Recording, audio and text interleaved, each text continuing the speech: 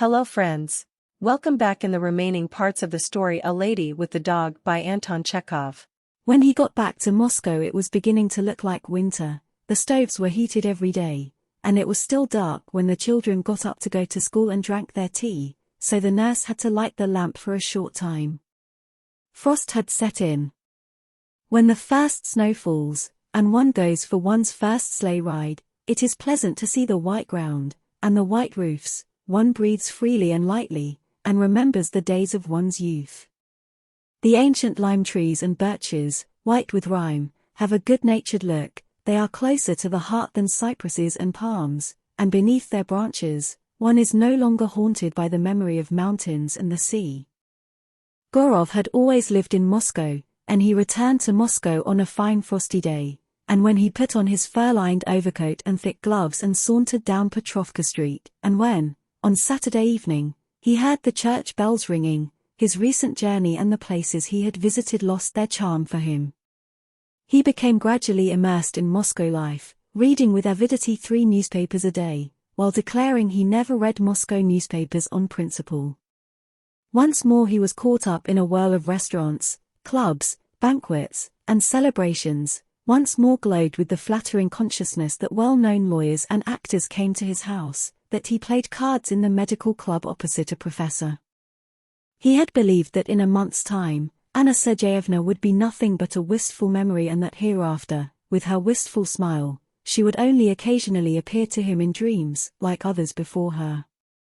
But the month was now well over and winter was in full swing, and all was as clear in his memory as if he had only parted with Anna Sergeyevna the day before.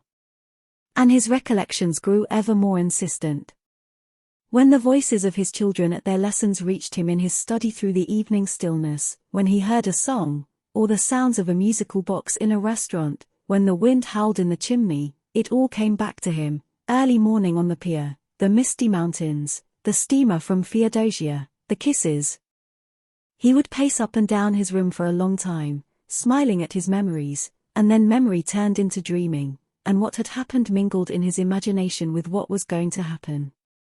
Anna Sergeyevna did not come to him in his dreams, she accompanied him everywhere, like his shadow, following him everywhere he went. When he closed his eyes, she seemed to stand before him in the flesh, still, lovelier, younger, and tenderer than she had really been, and looking back, he saw himself, too, as better than he had been in Yalta. In the evenings she looked out at him from the bookshelves, the fireplace, the corner, he could hear her breathing, the sweet rustle of her skirts. In the streets he followed women with his eyes, to see if there were any like her. He began to feel an overwhelming desire to share his memories with someone. But he could not speak of his love at home, and outside his home who was there for him to confide in? Not the tenants living in his house, and certainly not his colleagues at the bank. And what was there to tell? Was it love that he had felt?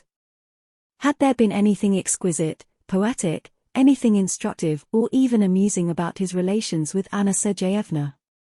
He had to content himself with uttering vague generalizations about love and women, and nobody guessed what he meant, though his wife's dark eyebrows twitched as she said, "The role of a coxcomb doesn't suit you a bit, Dmitri." One evening, leaving the medical club with one of his card partners, a government official, he could not refrain from remarking, "If you only knew what a charming woman I met in Yalta." The official got into his sleigh, and just before driving off turned and called out, "Dmitri Dmitrich." "Yes. You were quite right, you know the sturgeon was just a little off." These words, in themselves so commonplace, for some reason infuriated Gurov, and seemed to him humiliating, gross. What savage manners, what people! What wasted evenings, what tedious, empty days! Frantic card-playing, gluttony, drunkenness, and perpetual talk are always about the same thing. This is part 3. The greater part of one's time and energy went on business that was no use to anyone, and on discussing the same thing over and over again, and there was nothing to show for it all but a stunted, earthbound existence and a round of trivialities, and there was nowhere to escape to. You might as well be in a madhouse or a convict settlement. Gurov lay awake all night, raging, and went about the whole of the next day with a headache. He slept badly on the succeeding nights, too, sitting up in bed, thinking, or pacing the floor of his room. He was sick of his children, sick of the bank, felt not have the slightest desire to go anywhere or talk about anything. When the Christmas holidays came, he packed his things, telling his wife he had to go to Petersburg in the interests of a certain young man, and set off for the town of S. To what end? He hardly knew himself. He only knew that he must see Anna Sergeyevna, must speak to her, arrange a meeting, if possible.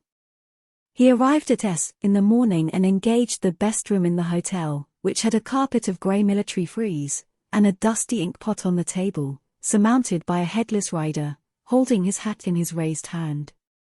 The hall porter told him what he wanted to know. Von Diederitz had a house of his own in Stara Gonkarnaya Street. It wasn't far from the hotel. He lived on a grand scale, luxuriously, kept carriage horses, and the whole town knew him. The hall porter pronounced the name Diederitz. Gurov strolled over to Stara Gonkarnaya Street and discovered the house.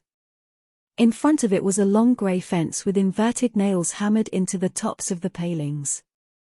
A fence like that is enough to make anyone want to run away, thought Gurov, looking at the windows of the house and the fence. He reasoned that since it was a holiday, her husband would probably be at home. In any case, it would be tactless to embarrass her by calling at the house. And a note might fall into the hands of the husband, and bring about catastrophe. The best thing would be to wait about on the chance of seeing her. And he walked up and down the street, hovering in the vicinity of the fence, watching for his chance. A beggar entered the gate, only to be attacked by dogs, and then, an hour later, the faint, vague sounds of a piano reached his ears. That would be Anna Sergeyevna playing. Suddenly the front door opened and an old woman came out, followed by a familiar white Pomeranian. Gurov tried to call to it, but his heart beat violently, and in his agitation, he could not remember its name. He walked on, hating the grey fence more and more, and now ready to tell himself irately that Anna Sergeyevna had forgotten him, had already, perhaps, found distraction in another. What could be more natural in a young woman who had to look at this accursed fence from morning to night? He went back to his hotel and sat on the sofa in his room for some time, not knowing what to do. Then he ordered dinner, and after dinner, had a long sleep. What a foolish, restless business, he thought, waking up and looking towards the dark window panes. It was evening by now. Well, I've had my sleep out. And what am I to do in the night? He sat up in bed, covered by the cheap grey quilt, which reminded him of a hospital blanket, and in his vexation he fell to taunting himself. You and your lady with a dog, there's an adventure for you. See what you get for your pains. On his arrival at the station that morning he had noticed a poster announcing in enormous letters the first performance at the local theatre of the Geisha. Remembering this, he got up and made for the theatre. It's highly probable that she goes to first nights, he told himself. The theatre was full. It was a typical provincial theatre, with a mist collecting over the chandeliers, and the crowd in the gallery fidgeting noisily. In the first row of the stalls, the local dandies stood waiting for the curtain to go up, their hands clasped behind them. There, in the front seat of the governor's box, sat the governor's daughter, wearing a boa, the governor himself hiding modestly behind the drapes, so that only his hands were visible. The curtain stirred, the orchestra took a long time tuning up their instruments. Gurov's eyes roamed eagerly over the audience as they filed in and occupied their seats. Anna Sergeyevna came in, too. She seated herself in the third row of the stalls, and when Gurov's glance fell on her, his heart seemed to stop, and he knew in a flash that the whole world contained no one nearer or dearer to him, no one more important to his happiness. This little woman, lost in the provincial crowd, in no way remarkable, holding a silly lorgnette in her hand, now filled his whole life, was his grief, his joy, all that he desired. Lulled by the sounds coming from the wretched orchestra, with its feeble, amateurish violinists, he thought how beautiful she was, thought and dreamed. Anna Sergeyevna was accompanied by a tall, round-shouldered young man with small whiskers, who nodded at every step before taking the seat beside her and seemed to be continually bowing to someone. This must be her husband, whom, in a fit of bitterness, at Yalta, she had called a flunky. And there really was something of the lackey's servility in his lanky figure, his side whiskers, and the little bald spot on the top of his head. And he smiled sweetly, and the badge of some scientific society gleaming in his buttonhole was like the number on a footman's livery. The husband went out to smoke in the first interval, and she was left alone in her seat. Gurov, who had taken a seat in the stalls, went up to her and said in a trembling voice, with a forced smile, "How do you do?" She glanced up at him and turned pale, then looked at him again in alarm, unable to believe her eyes, squeezing her fan and lorgnette in one hand, evidently struggling to overcome a feeling of faintness. Neither of them said a word. She sat there, and he stood beside her, disconcerted by her embarrassment, and not daring to sit down. The violins and flutes sang out as they were tuned, and there was a tense sensation in the atmosphere as if they were being watched from all the boxes. At last she got up and moved rapidly towards one of the exits. He followed her and they wandered aimlessly along corridors, up and down stairs. Figures flashed by in the uniforms of legal officials, high school teachers, and civil servants, all wearing badges. Ladies' coats hanging from pegs flashed by. There was a sharp draft, bringing with it an odor of cigarette stubs. And Gurov, whose heart was beating violently, thought, "What on earth are all these people, this orchestra for?" The next minute he suddenly remembered how, after seeing Anna Sergeyevna off that evening at the station, he had told himself that all was over, and they would never meet again. And how far away the end seemed to be now. She stopped on a dark narrow staircase over which was a notice bearing the inscription "To the upper circle." "How you frightened me," she said, breathing heavily, still pale and half-stunned. "Oh, how you frightened me. I'm almost dead. Why did you come?" "Oh, why?" "But, Anna," he said, in low, hasty tones. "But, Anna. Try to understand, do try." She cast him a glance of fear, entreaty, love, and then gazed at him steadily, as if to fix his features firmly in her memory. "I've been so unhappy," she continued, taking no notice of his words. "I could think of nothing but you the whole time. I lived on the thoughts of you. I tried to forget why. Oh, why did you come?" On the landing above them were two schoolboys, smoking and looking down, but Gurov did not care, and, drawing Anna Sergeyevna towards him, began kissing her face, her lips, her hands. "What are you doing? Oh, what are you doing?" she said in horror, drawing back. "We have both gone mad. Go away this very night, this moment. By all that is sacred, I implore you. Somebody is coming." Someone was ascending the stairs. "You must go away," went on Anna Sergeyevna in a whisper. "Do you hear me, Dmitri Dmitrich? I'll come to you in Moscow. I have never been happy, I am unhappy now, and I shall never be happy, never. Do not make me suffer still more. I will come to you in Moscow, I swear it. And now we must part. My dear one, my kind one, my darling, we must part." She pressed his hand and hurried down the stairs, looking back at him continually, and her eyes showed that she was in truth unhappy. Gurov stood where he was for a short time, listening, and when all was quiet went to look for his coat, and left the theatre. Thank you for watching. This is part 4. And Anna Sergeyevna began going to Moscow to see him. Every 2 or 3 months she left the town of S, telling her husband that she was going to consult a specialist on female diseases, and her husband believed her and did not believe her. In Moscow, she always stayed at the Slavyansky Bazaar, sending a man in a red cap to Gurov the moment she arrived. Gurov went to her, and no one in Moscow knew anything about it. One winter morning he went to see her as usual. The messenger had been to him the evening before, but had not found him at home. His daughter was with him for her school was on the way, and he thought he might as well see her to it. "It is 3 degrees above zero," said Gurov to his daughter, "and yet it is snowing. You see, it is only above zero close to the ground. The temperature in the upper layers of the atmosphere is quite different. Why doesn't it ever thunder in winter, Papa?" He explained this, too.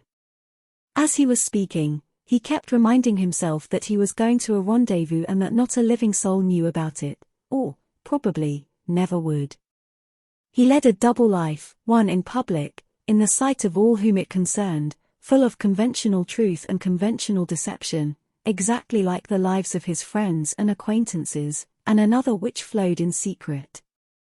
And, owing to some strange, possibly quite accidental chain of circumstances, everything that was important, interesting, essential, everything about which he was sincere and never deceived himself, everything that composed the kernel of his life, went on in secret, while everything that was false in him, everything that composed the husk in which he hid himself and the truth which was in him, his work at the bank, discussions at the club, his lower race, his attendance at anniversary celebrations with his wife, was on the surface. He began to judge others by himself, no longer believing what he saw, and always assuming that the real, the only interesting life of every individual goes on under cover of night, secretly. Every individual existence revolves around a mystery, and perhaps that is the chief reason that all cultivated individuals insist so strongly on respect due to personal secrets. After leaving his daughter at the door of her school, Gurov set off for the Slavyansky Bazaar. Taking off his overcoat in the lobby, he went upstairs and knocked softly on the door. Anna Sergeyevna, wearing the grey dress he liked most, exhausted by her journey and by suspense, had been expecting him since the evening before. She was pale and looked at him without smiling, but was in his arms almost before he was fairly in the room. Their kiss was lingering, prolonged as if they had not met for years. "Well, how are you?" he asked. "Anything new?" "Wait, I'll tell you in a minute." "I can't." She could not speak, because she was crying. Turning away, she held her handkerchief to her eyes. "I'll wait till she's had her cry out," he thought, and sank into a chair. He rang for tea, and a little later, while he was drinking it, she was still standing there, her face to the window. She wept from emotion, from her bitter consciousness of the sadness of their life. They could only see one another in secret, hiding from people, as if they were thieves. Was not their life a broken one? "Don't cry," he said. It was quite obvious to him that this love of theirs would not soon come to an end, and that no one could say when this end would be. Anna Sergeyevna loved him ever more fondly, worshipped him, and there would have been no point in telling her that one day it must end. Indeed, she would not have believed him. He moved over and took her by the shoulders, intending to fondle her with light words, but suddenly he caught sight of himself in the looking-glass. His hair was already beginning to turn grey. It struck him as strange that he should have aged so much in the last few years. The shoulders on which his hands lay were warm and quivering. He felt pity for this life, still so warm and exquisite, but probably soon to fade and droop like his own. Why did she love him so? Women had always believed him different from what he really was, had loved in him not himself but the man their imagination pictured him, a man they had sought eagerly all their lives. And afterwards, when they discovered their mistake, they went on loving him just the same. And not one of them had ever been happy with him. Time had passed, he had met one woman after another, become intimate with each, parted with each, but had never loved. There had been all sorts of things between them but never love. And only now, when he was grey-haired, had he fallen in love properly, thoroughly, for the first time in his life. He and Anna Sergeyevna loved one another as people who are very close and intimate, as husband and wife, as dear friends love one another. It seemed to them that fate had intended them for one another, and they could not understand why she should have a husband, and he a wife. They were like two migrating birds, the male and the female, who had been caught and put into separate cages. They forgave one another all that they were ashamed of in the past, in their present, and felt that this love of theirs had changed them both. Formerly, in moments of melancholy, he had consoled himself by the first argument that came into his head, but now arguments were nothing to him. He felt profound pity and desired to be sincere, tender. "Stop crying, my dearest," he said. "You've had your cry, now stop. Now let us have a talk, let us try and think what we are to do." Then they discussed their situation for a long time, trying to think how they could get rid of the necessity for hiding, deception, living in different towns, being so long without meeting. How were they to shake off these intolerable fetters? How? How, he repeated, clutching his head. How? And it seemed to them that they were within an inch of arriving at a decision and that then a new, beautiful life would begin. And they both realized that the end was still far, far away, and that the hardest, the most complicated part was only just beginning. Thank you for watching. Please like, subscribe, and share. Take care.